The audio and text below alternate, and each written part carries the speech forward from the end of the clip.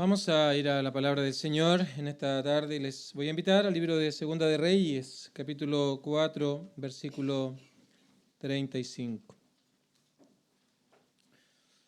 Segunda de Reyes 4, 35, volviéndose luego, se paseó por la casa a una y otra parte, y después subió y se tendió sobre él nuevamente, y el niño estornudó 7 veces y abrió sus ojos. Y nuestro tema para esta tarde se titula Dios, dador de la vida. Tal vez muchos de nosotros, si no todos, hemos podido estar presentes en una partida de ajedrez donde dos jugadores están exponiendo sus estrategias, moviendo las piezas de acuerdo a un plan que se han trazado. Pero cuando uno está mirando estas partidas, cuando uno está bastante entretenido mirando los movimientos del jugador, muchas veces no se entiende lo que están haciendo, más si uno desconoce cuáles las estrategias o la dinámica del juego del ajedrez. Pero de una otra manera, si hay algún entendimiento, en un momento nos damos cuenta que un solo movimiento finalmente le da sentido a todo lo que antes había hecho. Un solo movimiento finalmente nos da luz y nos abre la estrategia que estaba usando y finalmente aquello le va a llevar a la victoria. Y de esa manera debemos entender la narrativa del Antiguo Testamento. Son esos movimientos que se nos presentan, pero que ahora podemos entender de una manera clara a la luz del Nuevo Testamento.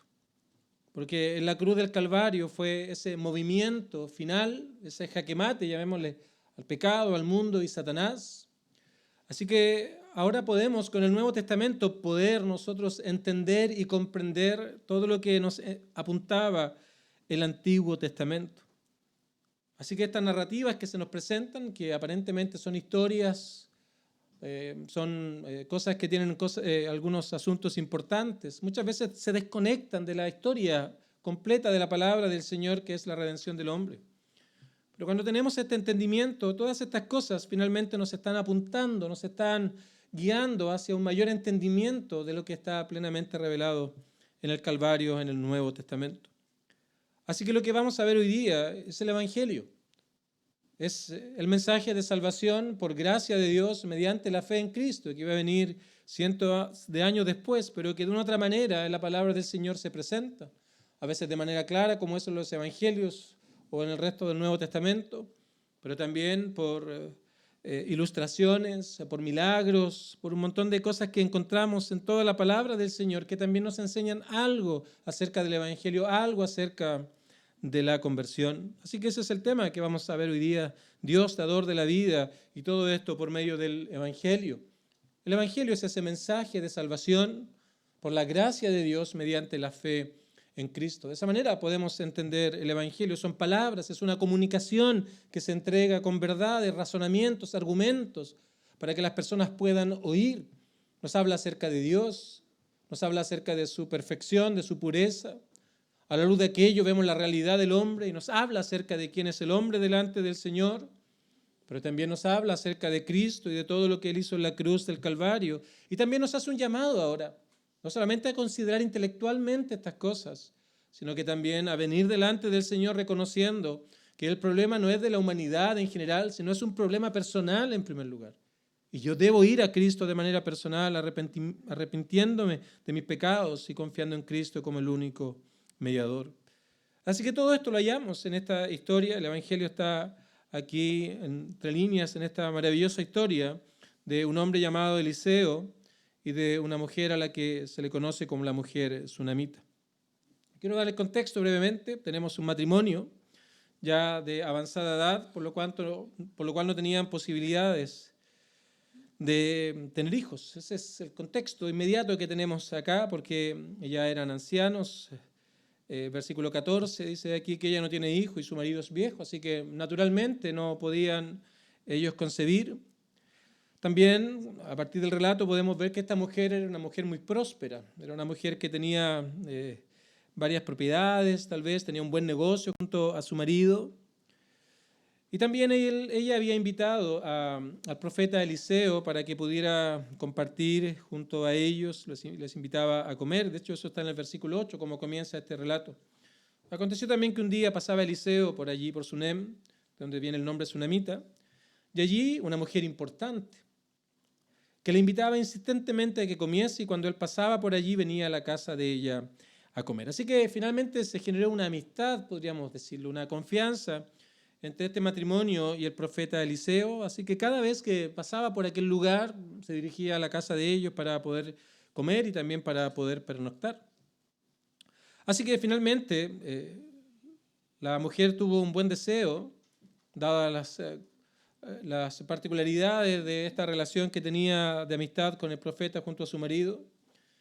Y ella reconocía que el profeta no era cualquier hombre. Versículo número 9 lo presenta como varón santo de Dios. Y esto tiene mucha importancia para lo que vamos a ver. No era cualquier persona para ellos, era el varón santo de Dios. Así que quisieron construirle un dormitorio, un pequeño aposento de paredes, y pusieron allí lo básico para pernoctar, lo básico para poder permanecer uno o varios días, una cama, una mesa, una silla, un candelero, de tal manera que cuando él viniere pudiera tener las comodidades para que pudiera quedarse allí.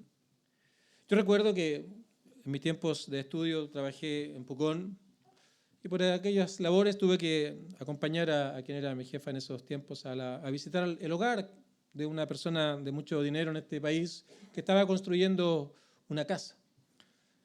Recuerdo que entramos a la casa, estaba acompañando a la señora y de repente me dice, esta es la casa del Monseñor, me dice. Esto está el dormitorio del Monseñor.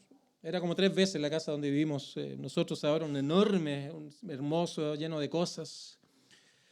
Y cuando veo el relato acá de cómo esta mujer conocía al profeta y sabía que no necesitaba realmente más de lo que se nos provee acá, una cama para dormir, una mesa para poder realizar algunos asuntos, una silla y un candelero para poder alumbrar y seguramente poder leer algunas cosas u otros asuntos. No quería nada más. Pero esto inmediatamente, queridos amigos, nos lleva a considerar hoy día los falsos evangelios que se han levantado, donde parece que todo es dinero, donde parece que todo consiste en dar a éxitos, autos, casas y un montón de cosas que finalmente han hecho la fe como una fuente de ganancia. Y tal vez muchos, de una u otra manera, se han decepcionado del Evangelio pensando que eso es la palabra del Señor. Pero un sincero consejo que quiero darte, simplemente aléjate de aquello, porque no tiene nada que ver con el modelo de Dios. Los falsos predicadores siguen las riquezas, los falsos predicadores siguen los aplausos, el reconocimiento de este mundo.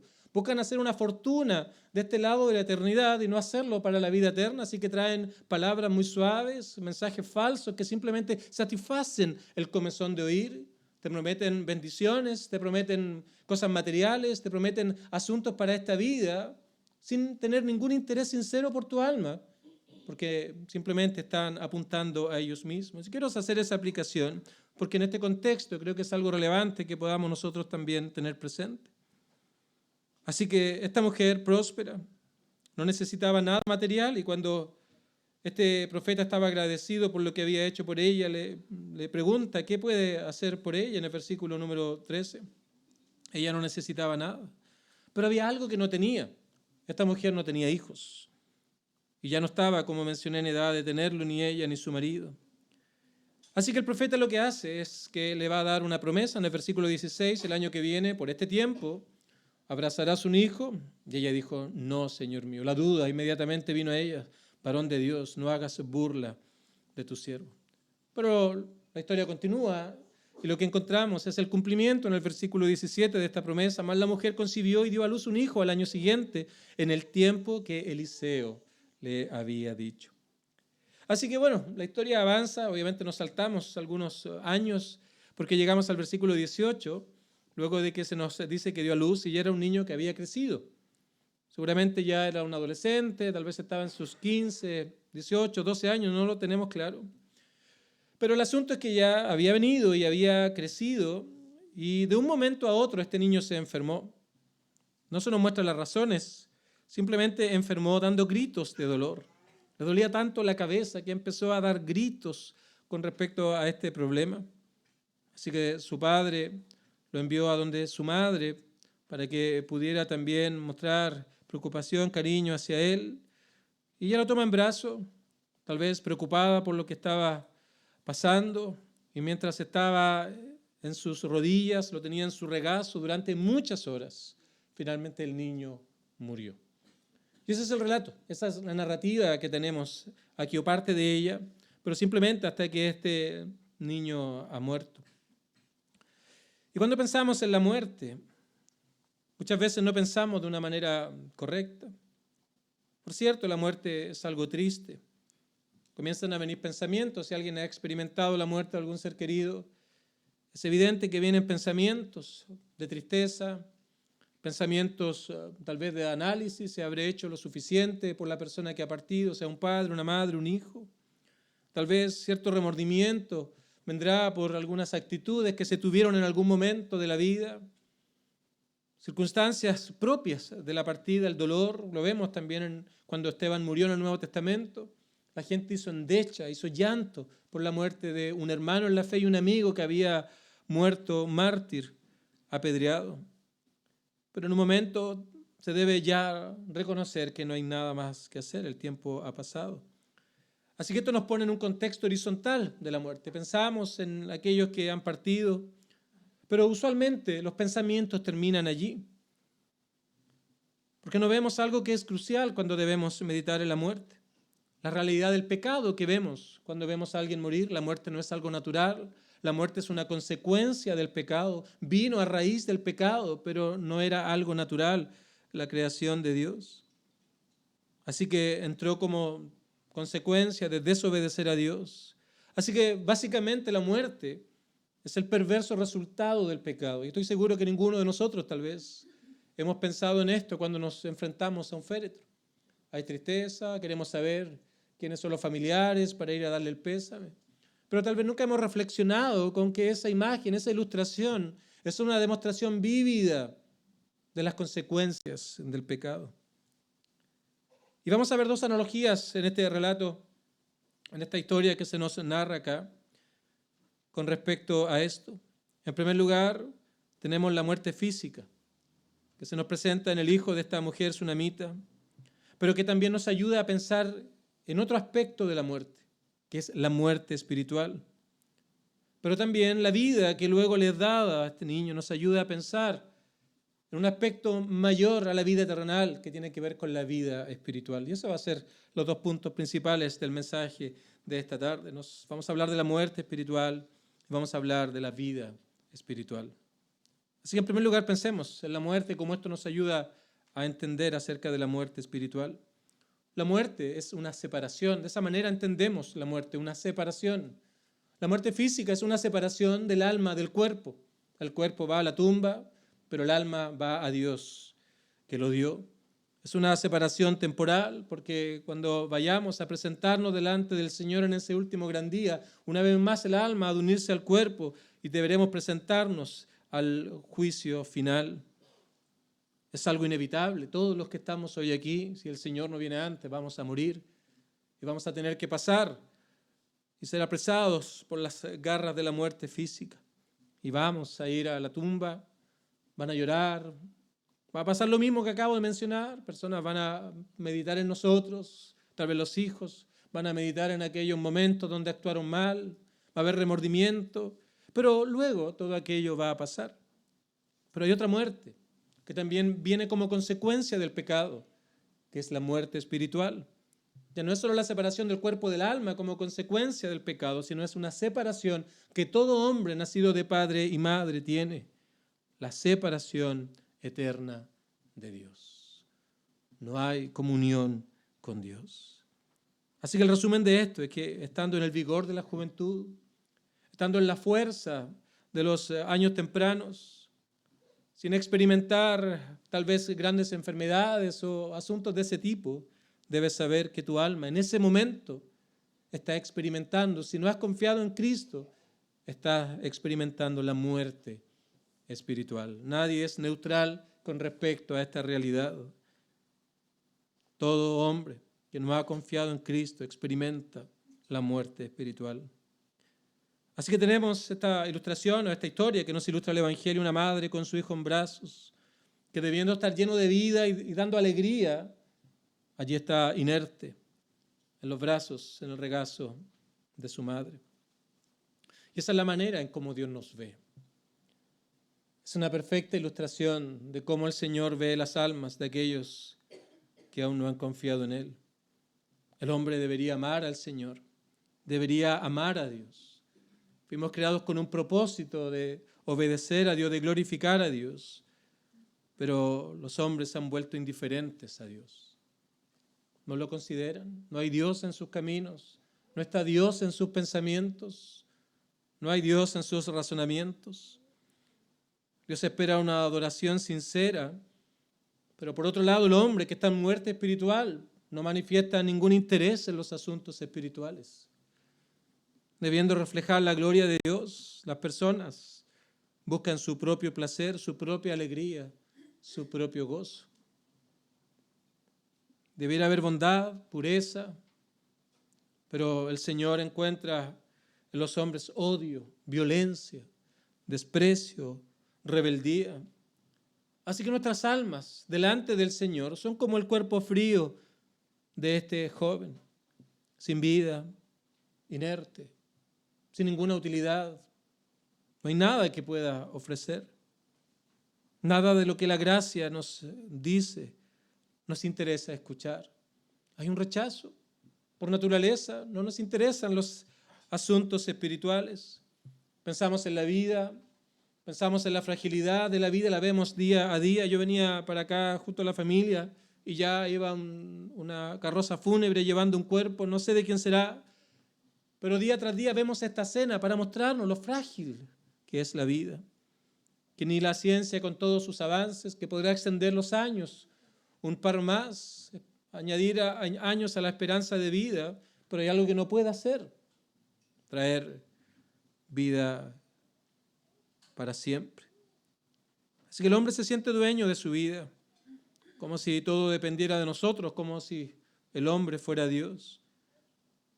Y esto es porque la Biblia lo presenta como estamos muertos espiritualmente, separados de Dios. Estamos en nuestros delitos y pecados. A eso la Biblia le llama muerte espiritual. Así que lo tenemos aquí en esta historia. Pero también dije que hay una segunda parte. La vida dada al niño, que viene a partir del versículo número 21, también nos ilustra, nos presenta la vida que Dios da, la vida espiritual. Así que esta madre obviamente fue profundamente conmovida con la muerte de su hijo. Y ella subió, versículo 21, y lo puso sobre la cama del varón de Dios, donde había preparado para Eliseo, y cerrando la puerta se salió. E inmediatamente entonces ella fue a buscar al profeta. El profeta para ellos era un varón santo de Dios. No era simplemente un hombre.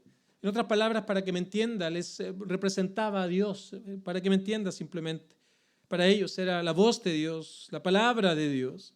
Así que ella fue, en otras palabras, donde Dios, y no aceptó a nada y a nadie más. Porque nos presenta la exclusividad que para ella significaba el profeta. Versículo 22, llamando luego a su marido, le dijo: te ruego que envíes conmigo a alguno de los criados y una de las asnas para que yo vaya corriendo al varón de Dios y regrese. Luego se presentó delante de él Giezi, pero no, ella quería ver al profeta. Y esto nos enseña también. Si hemos de hallar vida espiritual, no es algo que el hombre pueda hacer. No es algo que las instituciones humanas puedan hacer. No es algo que un conjunto de penitencias que nos sean dadas para repetir un par de veces pueda lograr. No es algo que golpear nuestro cuerpo en unas duras caminatas hacia algún lugar de peregrinaje pueda darnos vida. Nada de eso sirve. La única manera de que el hombre pueda hallar vida es acudir a la única fuente de vida eterna. Y esa fuente es Dios. Vamos a adelantarnos al relato, al versículo 32, porque vamos a ver qué hizo el profeta finalmente. El profeta, en primer lugar, lo vio, y lo vio de manera personal. porque Eliseo vino a la casa y vio al niño que estaba muerto tendido sobre su cama. Lo primero que el profeta hizo fue venir a verlo personalmente. En segundo lugar, en el versículo 33 se nos presenta que él oró al Señor. Oró a Dios por el muchacho. Y luego en el versículo 34 y 35, el profeta obró por el muchacho de manera milagrosa, tendiéndose sobre él por 2 veces. La primera vez el joven comenzó a entrar en calor de una manera gradual, versículo 34, y el cuerpo del niño entró en calor. La segunda ocasión, en el versículo 35, después se subió y se tendió sobre él nuevamente, y ahora el niño estornudó 7 veces y abrió sus ojos. De esa manera vino a la vida, un proceso gradual. En primer lugar, la obra del profeta lo hizo entrar en calor, pero en segundo lugar ahora estornudó 7 veces y él abrió sus ojos. Esto es una hermosa ilustración de lo que Cristo hizo en la cruz del Calvario. Vio nuestra necesidad, vio nuestra realidad delante de Dios. No había para nosotros esperanza. Ya dije, nuestra realidad es muerte espiritual.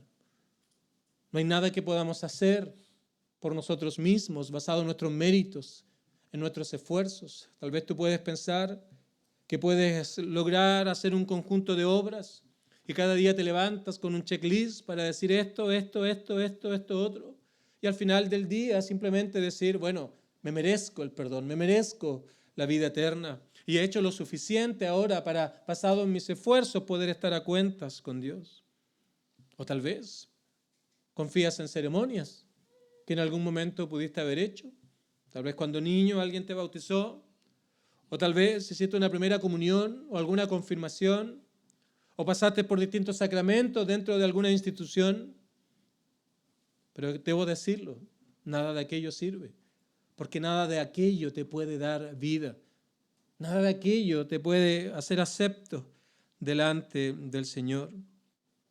Tal vez confiarás en la moralidad, en vivir siendo un buen vecino, un buen amigo, un buen padre, un buen hijo, un buen hermano, pero aquello tampoco te puede dar comunión con Dios. Y para cerrar el círculo, podrías decir, yo conozco harto de la palabra de Dios. He sido criado en estas cosas. Conozco de manera perfecta las típicas doctrinas de la fe cristiana, pero aquello tampoco por sí mismo te puede dar comunión con Dios. Y aquí se nos describe entonces la obra de nuestro Salvador que hizo en favor de pecadores. Él vio nuestra incapacidad, cuán lejos estábamos de Dios y cuán incapaces éramos de poder lograr algún beneficio espiritual, algún bienestar espiritual para nosotros mismos. Y Él vino a ser el mediador. La oración es una intercesión y ahora Él vino a ser el mediador, el intercesor entre Dios y los hombres. Así que Él ahora puede decir, yo soy el camino, la verdad y la vida y nadie va al Padre si no es por mí, porque hay un solo mediador entre Dios y los hombres, Jesucristo, hombre. Y como Él intercedió, Él vino a obrar, tal como el profeta lo hizo en favor de este niño.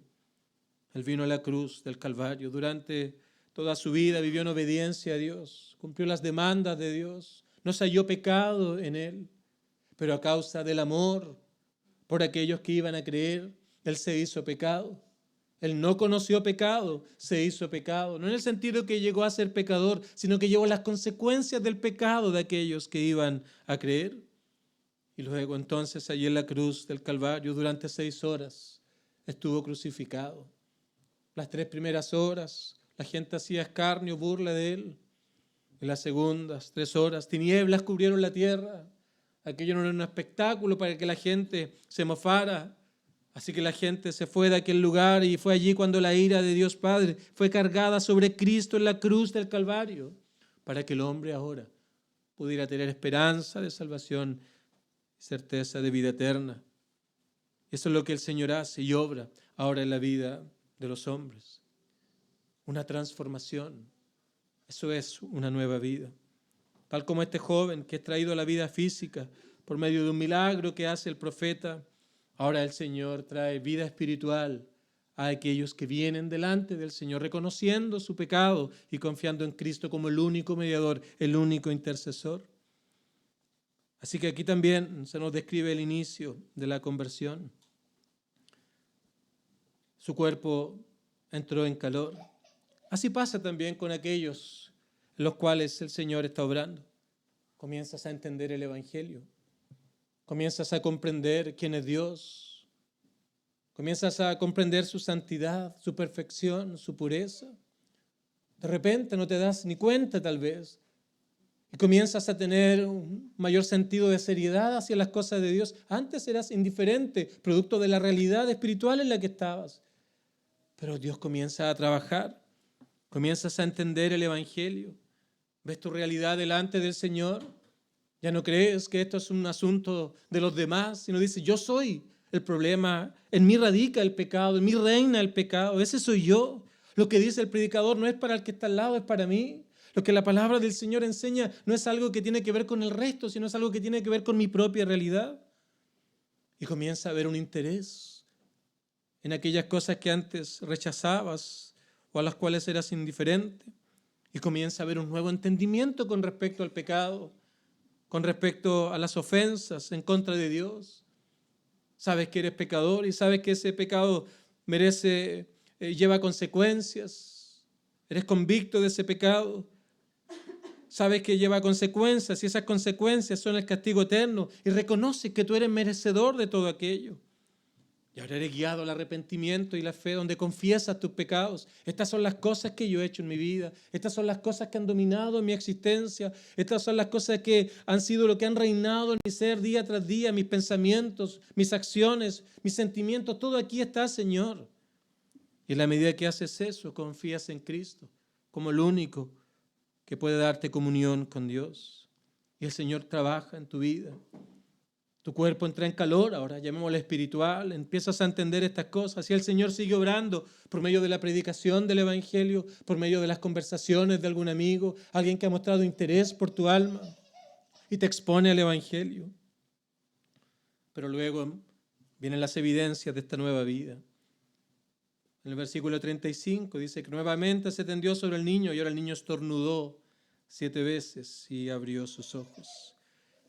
Allí se nos muestra el corazón transformado, el corazón que ha creído en Cristo. Ahora hay una nueva vida, un nuevo propósito, un cambio de vida en el ser, nuevos pensamientos, nuevos deseos. Ha habido una transformación. Eso es vida espiritual, queridos amigos. Eso es la obra que Dios hace. Y qué hermosa es la vida que Dios da al hombre por medio de Cristo. Y es una hermosa ilustración el nuevo nacimiento. Es algo tan hermoso, tan perfecto. Hemos tenido varias hermanas que han dado a luz y ha sido un mensaje silencioso acerca de lo que es el nuevo nacimiento. Porque en primer lugar, la vida no puede ser autogenerada. No es algo que tú puedas hacer por ti mismo. No es algo que tú puedas crear por sí sola. Ningún bebé se puede hacer a sí mismo. De esa misma manera, la vida espiritual no es algo que tú puedas lograr basado en tus propios méritos o esfuerzos. Es algo que Dios debe hacer por ti. La nueva vida es un nuevo comienzo, nuevos deseos, nuevos anhelos, nuevos propósitos, nuevas amistades, nuevos proyectos de vida ahora. Queremos agradar a Dios, queremos honrar al Señor, pero también el nuevo nacimiento se ilustra como un proceso y también lo vemos aquí. El Señor comienza a trabajar, a mostrarnos y las evidencias de un embarazo van viniendo mes a mes. Tú ves a alguien que está embarazada, ni las embarazadas saben que están embarazadas en los primeros días y las primeras semanas. Y así es la conversión. Dios pone la vida allí y comienza a saber las evidencias de esto. Tal como una embarazada comienza su vientre a crecer, así el Señor comienza a traer interés por los asuntos del alma. No lo podemos ver, pero luego será visible. Una nueva vida expresa felicidad y gozo. Y ahora el bebé llora, el bebé se alimenta. Así también comienza un nuevo deseo por alimentarse de las cosas de Dios, de compartir con otros creyentes, con personas que tienen este mismo propósito de vida. Y qué maravilloso es aquello que antes rechazábamos, ahora es nuestro mayor deleite. Aquellas cosas que no nos gustaban, ahora es lo que causa mayor alegría. Pero además una nueva vida expresa crecimiento. Descubrimos la oración, descubrimos la palabra del Señor, descubrimos estas cosas que van mostrándonos más y más acerca del camino de Dios. Todo eso está en esta narrativa, que a la luz del Nuevo Testamento podemos ver el Evangelio en esta historia para mostrarnos que en medio de la muerte espiritual, de la separación con Dios, ahora hay vida espiritual y todo aquello lo podemos lograr única y exclusivamente por medio de Cristo. Así que piensa en este joven que había muerto, pero una vez más había venido a la vida. Y tráelo ahora a la vida espiritual. No tienes a Dios, no tienes a Cristo, nunca has confiado en Él. Si tú vienes a Él con sinceridad, hay una promesa de Dios, la garantía del Evangelio, que el que a Él viene, Él no le echa fuera. Nueva vida, nuevos anhelos, nuevos propósitos. Tu vida va a ser transformada. Vas a seguir haciendo lo mismo en muchos aspectos. Hay cosas que la conversión no cambia. Hay que seguir trabajando, hay que seguir esforzándose, hay que seguir haciendo un montón de cosas, pero cambia completamente el propósito de nuestra vida y la razón por la cual hacemos todas esas cosas. Pero hay algo más, el Señor da garantía de vida eterna. Así que la muerte física ahora para el creyente es una ganancia. Porque cuando partamos del escenario de esta tierra, sabemos que estaremos por siempre y para siempre con nuestro Señor y Salvador. Que nuestro Dios nos ayude a todos.